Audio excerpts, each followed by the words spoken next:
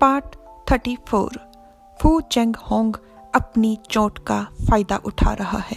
राजकुमार पत्नी जी को कहते हैं खुद को अंकल बनाने के लिए, तो पत्नी जी के मन में तुरंत सारी अंकल से संबंधित किताबें याद आ जाती हैं। कृपया अंकल अपना ध्यान रखिएगा। क्या अंकल और भतीजे का फिर से झगड़ा हुआ है?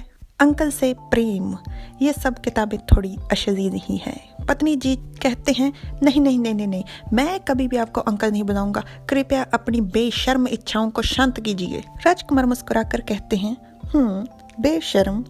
अंकल में बेशर्मी वाली कौन सी बात है? ऐसा लगता है प्रिय पत्नी आप बहुत सारे विचित्र चीजों का ज्ञान रखते हैं।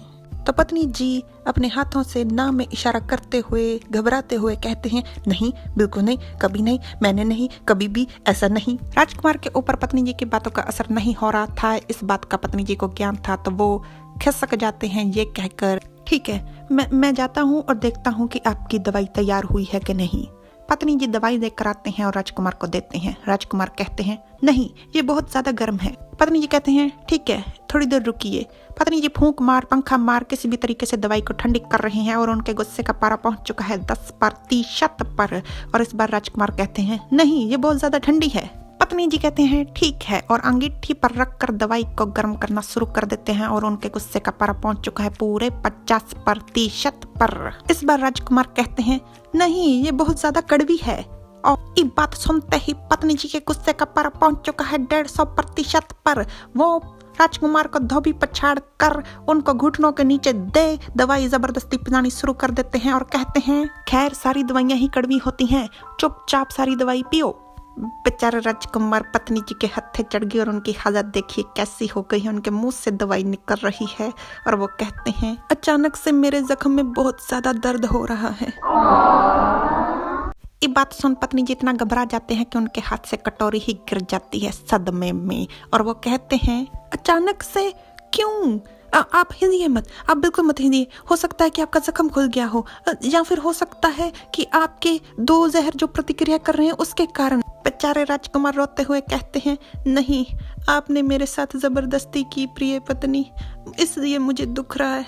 मुझे कोई प्यार से ध्यान रखने वाला चाहिए। ये कहते हुए राजकुमार पत्नी जी के सीने पर नरम संतरों पर लेट जाते हैं, जिस कारण पत्नी जी मन में क्या गाली दे ये बात उनको भी समझ में नहीं आ रहा और उनके गुस्से का पारा पहुंच चुका है पूरे 200 पर। पारा फट जाता है और चिल्लाकर वो कहते हैं फू चेंग होंग, क्या तुम एक दिन के लिए, सिर्फ एक दिन के लिए ड्रामा बंद नहीं कर सकते? हमने छोटे रोंग को कहा था कि हम तुम्हारे सारे सीन काट देंगे, फिर भी देखिए उसकी हिम्मत, वो अकेला यहाँ पर आ गया बिना कबूतर के, इसलिए हमने उसका सीन काट दिया। राजकुमार कहते हैं नहीं, मैं ड्रामा नहीं बंद कर सकता क्योंकि इसके बाद फिर मेरी जिंदगी बहुत ही वीरान हो जाएगी। पत्नी जी कहते हैं ड्रामा बंद कीजिए, इस बार मैं आपके झांसे में नहीं आने वाला। राजकुमार, ओए राजकुमार, क्या आपको सच में दर्द हो रहा है? राजकुमार कहते हैं नहीं, मैं ठीक हूँ, चलो सोते हैं। तो पत्नी जी कहते हैं इसका मतलब आपको सच में दर्द हो रहा है। और वो मन में कहते हैं ये कितना झूठा आदमी है, जब ये ठीक था तो मुझे सताने के लिए ये ड्रामा कर रहा था दर्द में होने का, और अब ये सच में दर्द में है तो ये एक शब्द नहीं बोलेगा। पत्नी जी राजकुमार का कमीज खोलते हुए कहते हैं ऐसे समय में अगर आप दर्द महसूस करोगे और बताओगे तो मैं आपका मजाक नहीं उड़ाऊंगा, मुझे देखने दीजिए। और पत्नी जी जख्म पर फूंक मारते हैं तो राजकुमार उनसे पूछते हैं ये आप क्या कर रहे हो?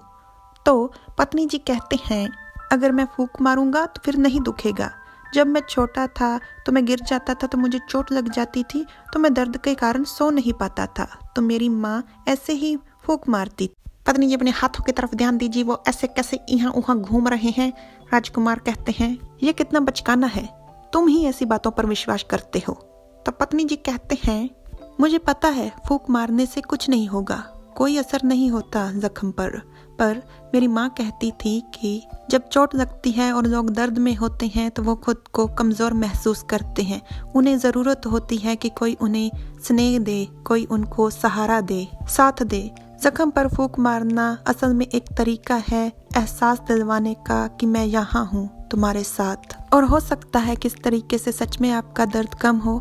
आपको क्या लगता है, क्या आपको थोड़ा बेहतर महसूस हो रहा है? तो राजकुमार कहते हैं हाँ थोड़ा, वैसे और कौन कौन से तरीके सिखाए हैं तुम्हारी माँ ने इलाज करने के? तब पत्नी जी तरीके गिनने लग जाते हैं और कहते हैं हाँ बहुत सारे हैं। वैसे वो मेरे लिए गाना गाती थी, जब मुझे दर्द होता था तो मैं सो नहीं पाता था।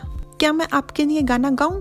तो राजकुमार कहते हैं हाँ मुझे लगता है कि गाना सुनने से मदद मिलेगी, मुझे अच्छा महसूस होगा फूंक मारने से ज़्यादा।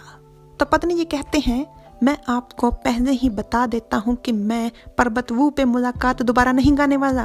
तो राजकुमार कहते हैं ठीक है कोई भी गा दो। तो पत्नी जी कहते हैं ठीक है मैं वो वाला गाना गाता हूँ जो माँ गाया करती थी मेरे लिए।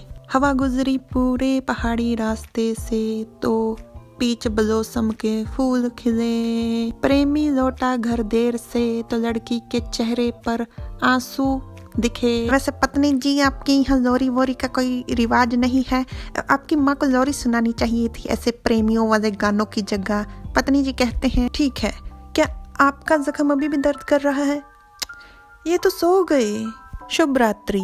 परंतु राजकुमार तो मुस्कुरा रहे हैं, मतलब वो फिर से नाटक कर रहे हैं। जो लिखा है ना वही विचार है हमारे। Like subscribe comment, thanks for watching, bye bye.